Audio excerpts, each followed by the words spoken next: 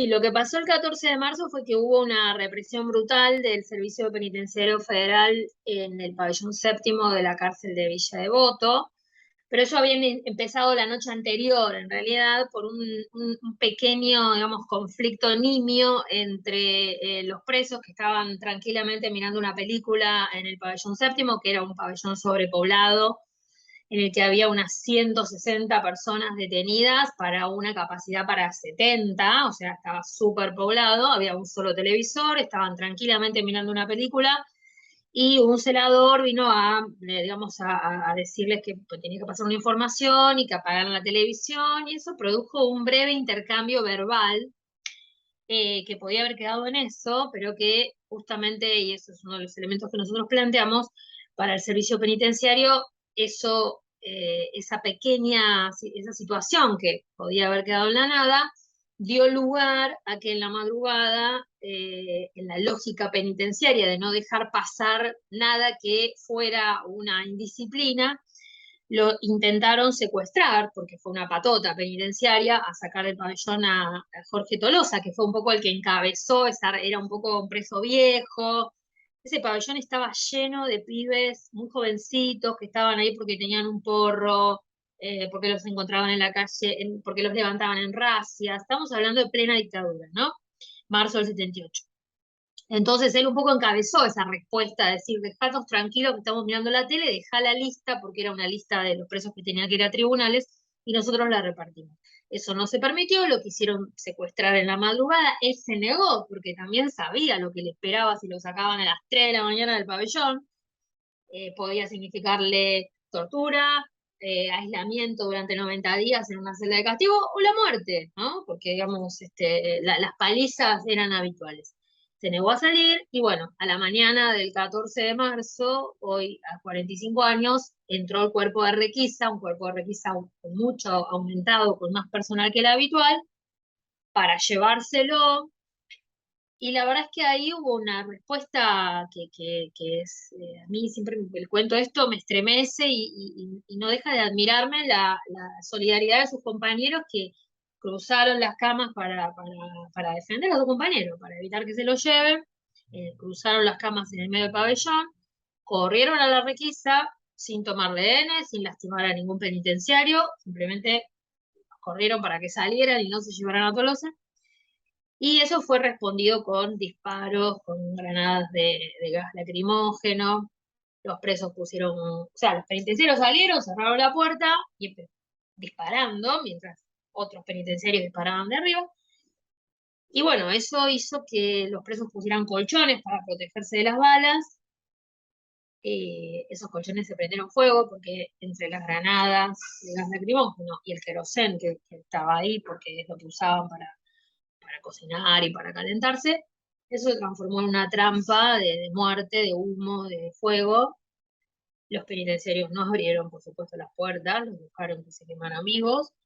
Los que intentaban asomarse desesperadamente a las ventanitas que había en el pabellón arriba, los disparaban desde afuera como si se estuvieran por fugar, y lo que hacen era buscar un poco de aire, aunque eso también era inútil porque el humo asciende, entonces los que se salvaron, algunos cuentan que en realidad se salvaron porque se tiraron al piso, porque quedaron abajo de pilas de cadáveres, un poco recuerdo un poco a Cromañón, ¿no? Los relatos con la diferencia de que acá no había ninguna escapatoria, ninguna, ¿no? O sea, rejas y balas, ¿no?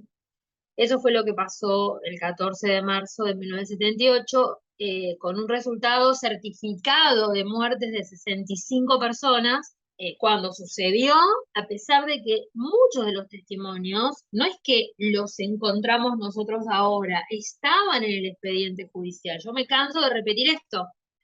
Yo no descubrí nada. O sea, en el expediente estaba. Lo que pasa, vos en un expediente lees que ante un pequeño conflicto entró la requisa y te reventó a palos y te dejó morir, y vos podés ver eso como un crimen de lesa humanidad o podés ver eso como un episodio habitual, ¿no? Como casi como si la culpa fuera de los presos. Así se vio durante más de 3 décadas, ¿no? Entonces, yo creo que entiendo que la demanda, por supuesto, de los sobrevivientes y las víctimas sea que haya una condena y estamos reclamando que de una vez por todas haya juicio, por lo menos para estos tres procesados que tenemos con la elevación a juicio, que eran cuatro, pero uno lamentablemente falleció en febrero pasado, el año pasado. Entiendo eso y vamos hacia eso. Nosotros, obviamente, como equipo jurídico, queremos que haya condenas. Al mismo tiempo, yo creo que la mejor reparación es discutir y lograr cambiar esa mirada de que como eran presos comunes, no era un delito de lesa humanidad y esas víctimas prácticamente estaban olvidadas y silenciadas, ellos y sus familias, ¿no? Bueno, es un delito de lesa humanidad porque el terrorismo de Estado, uno de nuestros argumentos fue que, y es, que la cárcel es un territorio como cualquier otro, ¿no? Como un espacio público. A la cárcel las personas van porque el Estado decide enviarlas por algún motivo, ¿no? Porque están procesados, porque están condenados, por lo que fuere. Son sujetos políticos en tanto están sometidos al poder del Estado y están ahí porque, comillas, violaron la ley o se los acusa de eso. Entonces, el Estado tiene absoluto dominio sobre las personas que están privadas de libertad. Y eso que pasó el 14 de marzo ahí, lo realizó, lo ejecutó una fuerza de seguridad que estaba absolutamente bajo jurisdicción del poder del Estado terrorista, ¿no? Estaba bajo jurisdicción del primer cuerpo del ejército, y esa represión brutal en ese contexto solo se explica como parte de la metodología de exterminio de ese terrorismo de Estado que se aplicaba en cada espacio de manera distinta. Ahí no había posibilidad de, no tenía sentido secuestrar gente y llevarla a otro lugar. Ahí la gente estaba bajo el absoluto dominio del poder estatal y la manera de exterminarlos fue la que se hizo. Y por supuesto es importante que haya juicio, porque queremos que una vez por todas los sobrevivientes, los familiares puedan contarle a los jueces de la nación lo que pasaron, ¿no? Y que se juzgue como corresponde a los autores y que haya las condenas que corresponden, ¿no? Y que una sentencia diga que eso fue un delito de lesa humanidad.